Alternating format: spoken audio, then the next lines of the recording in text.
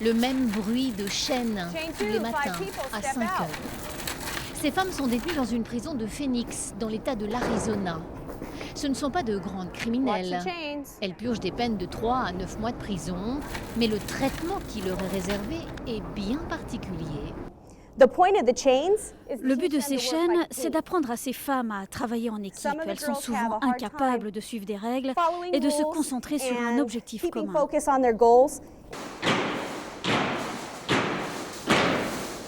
Discipline militaire et tenue de bagnard.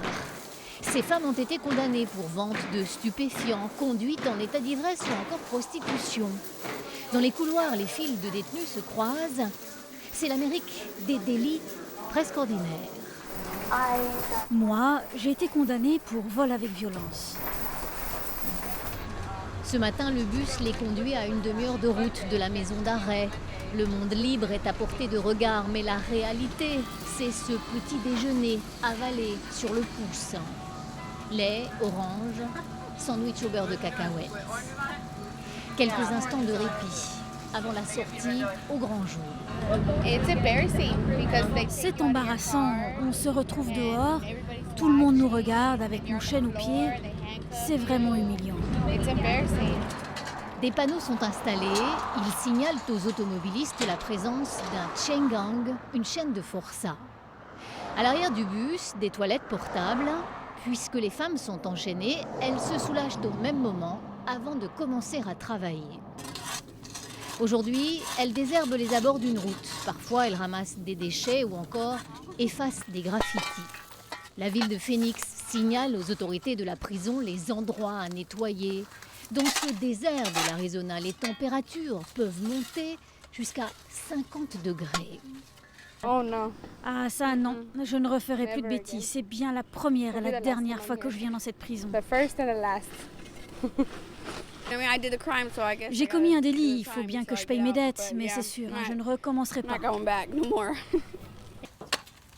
Ce passant, interrogé au hasard, juge cette punition publique tout à fait adaptée. Je ne pense pas que les gens en prison doivent être installés confortablement. Ils ne doivent pas, par exemple, avoir l'air conditionné. Moi, je dis que ce type de travaux, c'est bien pour les détenus. Ces femmes sont en fait, entre guillemets, volontaires pour participer à ce chain gang. En acceptant de suivre ce programme, les prisonnières qui se sont mal comportées pendant leur détention ont une occasion de se racheter. C'est aussi leur seul moyen de quitter leur isolement dans des cellules bien particulières, 23 heures sur 24. Ces détenues sont presque toutes en régime disciplinaire. De retour dans la prison, elles n'ont droit à aucune visite, souvent parce qu'elles se sont battues avec des co-détenus. Pour quitter ces cellules d'isolement, elles doivent passer au moins 2 mois au sein d'un chain gang. Mais les autres ne sont pas tellement mieux loties. Elles doivent dormir sous des tentes. L'hiver, c'est glacial. L'été, c'est invivable. On ne s'habitue jamais à tout ça. On doit juste le supporter parce que de toute façon, vous n'avez pas le choix. Alors vous vous adaptez. La nuit en été, on mouille des serviettes de bain pour nous rafraîchir et on trouve d'autres trucs pour ne pas avoir froid en hiver. L'instigateur de ce programme, c'est ce shérif derrière le bureau. Un dur, très populaire dans ces terres du Sud.